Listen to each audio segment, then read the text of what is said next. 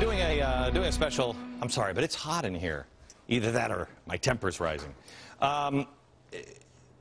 We're doing a special tonight kind of on the insanity of the economy. And I want to tell you who the real culprit is. The real culprit are the people that wanted to save us. The Fed, the Federal Reserve. They were supposed to save us. Well, even this all out. Well, this is what they do for a living. They create bubbles. Let me just take you through a few of the last few. We have the savings and loan, and they saved us. Oh, the 1980s led to the failure of 747 savings and loan institutions. The ultimate cost of the crisis estimate to have totaled about $160 billion. Okay? They rolled that, save it, save. They rolled that into the tech bubble. When this burst happened at the end of the 90s, the dot-com crash wiped out $5 trillion in market value of tech companies from March 2000 to October 2002. And then what did we do? We had September 11th, and we lowered. The Fed came in and lowered the interest rates. Our government said, buy. Go do your patriotic duty and spend. And we have the housing bubble. Now, let me show you exactly how this works. This is the way you create a bubble. You create the housing bubble like this. You start with problems, and so the government, the Fed, they come in and they say, here, you know what we're going to do? We're going to give you all kinds of stuff. Notice Barack Obama and George W. Bush are up, and these two guys, I'm telling you, our forefathers would have gotten a bucket of feathers. These four people now, they've been pushing and pushing and pushing. Hey, we're going to help. We're going to lower the standards at the banks. We're going to give loans to people who can't afford them. Banks had to find creative ways to make it all happen. Otherwise, they'd go out of business and pressure. And some of the banks were greedy. Standards were relaxed. No down payments, adjustable loans. Don't even need identification. Then I was on the air when these clowns were saying that, and I said, please, dear God, don't do this, please. When the interest rates go up, you're not going to be able to afford the house. Well, guess what? They did. Unfavorable lending, boom, unqualified buyers. Fed had to increase the interest rates, and the homeowners all defaulted.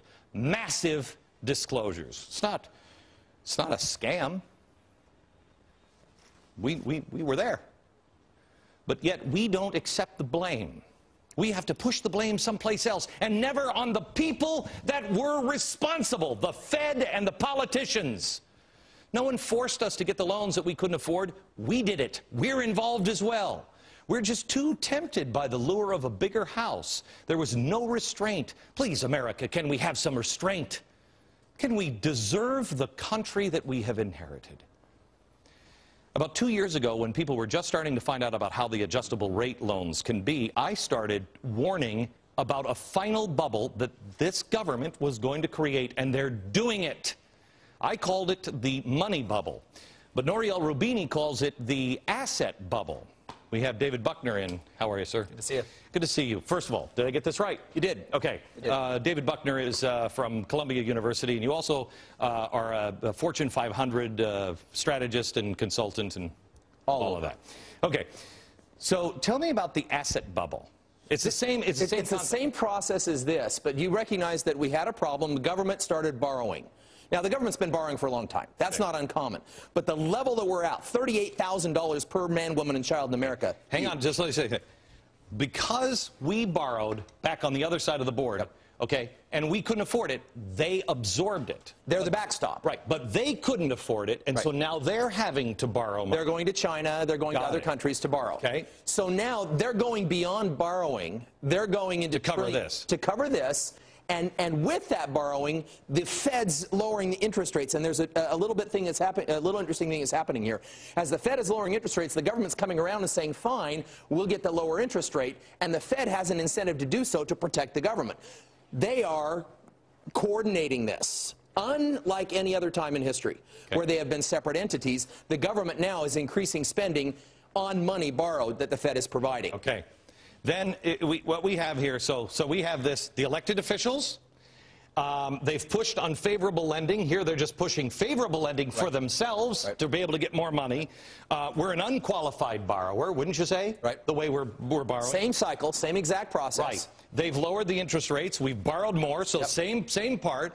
And by the way, investors are coming in now and doing the same thing. They're going, wait, if I can borrow at 0, if I can go overseas and invest at 5%, I am carrying over, it's called carry trade, I'm carrying over the opportunity to make money by doing nothing. Because our dollar is losing value, you can get, if you take our dollar, borrow that dollar, cash it into sterling. Or any kind of an asset. Sterling's a great example of it. And then you can get, because that's going up, the dollar is going down, you actually... And what I return is going to be worth a lot less. So I am making an asset increase by doing nothing. Okay. Then we have inflation. That is coming at some point. Happening either way. If they raise taxes, it's inflation. If prices go up, it's inflation. It doesn't matter. The Fed will then raise the interest rates. They're going to have to. They're going to have to. He said yesterday, I don't see the future, and I don't see increasing interest rates for a season, for a year even. But the second they do, what happens? As soon as the free money is gone, you can't get it anymore. What happens to your assets? You're going to have to pay back that money. I was going to say, if you borrowed it, it's exactly what happened to the... You've got to pay it back. There's a difference. When we had the housing bubble, we had an orderly exit. We had these interest rates being reset... Over a period of 5 years. So we could say, holy cow, this one, the really bad borrowers are in trouble now. But in a year from now, we've got the next bubble that's going to burst. And in 2 years, we still haven't hit the... People were saying, I smell some smoke. Right. And then a little bit more smoke. And then by the time they saw the fire, we were 2 years down the road. This, you won't see smoke. There will be a flame out. Okay, is this why Bernanke came out yesterday and said, no, we're not worried about the falling dollar. We're not going to raise the interest rates, which is unusual. Historic, is it not? Because his job is to protect against inflation. Correct, but it's also historic that he came out and said that. He's now participating as a government spokesperson. Right, and he's saying, don't worry about those interest rates going up, because once people fear the interest rates going up, this bubble bursts. This bursts, and they run to the doors, but the #1 player here is the government. They're going to be the first one out. Everybody else is lost. They're going to have to be second. And second's not good in a fire. They're going to have to be. What's left after this? Did you hear our first guest? Yeah. Yeah. What's interesting there is bubbles are not uncommon. We have bubbles all the time. Right. But when the markets are playing against each other with the bubble, we call it equilibrium when they hit. When the government, that's supposed to be the judge and jury, is now playing as a player, you have no backstop. There isn't someone to turn to. There is no police officer to break up the battle. They're now throwing punches. So that's a problem. So do you see a possibility of what he said was coming? Because what he said was coming was the dollar will collapse, you will be forced, and this is what I feel is happening, is we're going to be pushed. They're going to say, America's too big to fail. England is too big to fail. It's all too big to fail. We've got to push it up. It'll be the same as the housing. Too big to fail. Citigroup, too big. It's going to be on a global basis. The question is, will China, will England, will Europe, will our trading partners actually believe at that time that we're too big to fail? They're trading into gold right now. But aren't they going to be in the same situation? They're going to feel the domino. But the question is will they let us go down because they've taken out of dollars and gone into gold? America, there it is. Massive debt, massive government intervention. It is time for massive innovation. But the good news is that's what America does best. Next.